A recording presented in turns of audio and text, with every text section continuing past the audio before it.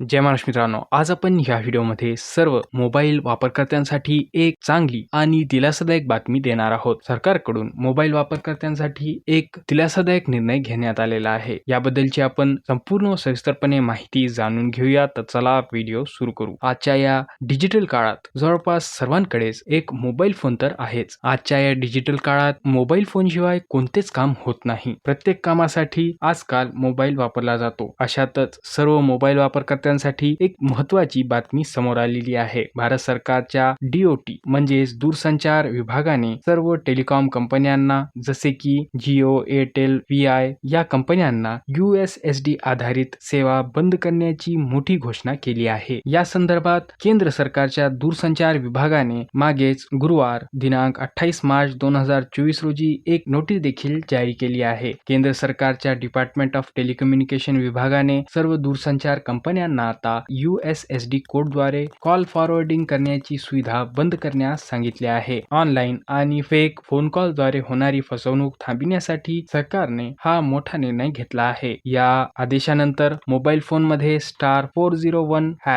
Dial करून call forwarding करण्याची सुविधा सोमवार दिनांक 15 एप्रिल 2024 पासून बंद करण्यात आलेली आहे. हॅकर्स या *401# USSD कोडद्वारे मोबाईल धारकांची व लोकांची ऑनलाईन फसवणूक करत आहेत. त्यांची बँक खाती रिकामी देखील करून टाकत आहेत. लक्षात ठेवा, जर का तुम्हाला एखाद्या अनोळखी नंबरवरून कॉल आला आणि *401# डायल करून एखाद्या अनोळखी नंबरवर कॉल करण्यास सांगत असेल तर सावध व सतर्क व्हा, अन्यथा तुमची मोठी फसवणूक देखील होऊ शकते. कारण की *401 डायल केल्यानंतर तुम्ही जे देखील मोबाईल क्रमांक टाईप कराल त्या मोबाईल क्रमांकावर तुमची सर्व फोन कॉल्स फॉरवर्ड होतील. मित्रांनो, हा व्हिडिओ शेवटपर्यंत पाहिल्याबद्दल धन्यवाद.